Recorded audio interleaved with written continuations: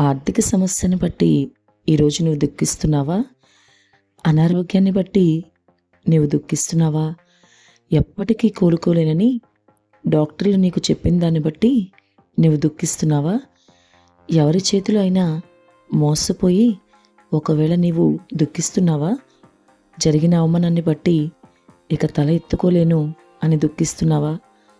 ఇక చాలు, నేను మరణిస్తాను అని అనుకుంటూ తీవ్రంగా నీవు దుఃఖంలో ఉన్నావా? నీ దుఃఖాన్ని కొట్టివేయటకు, ఇంకా నీకు ఆనందం ఇవ్వడానికి యేసు నీకోసం హస్తం చాపి ఉంచాడు.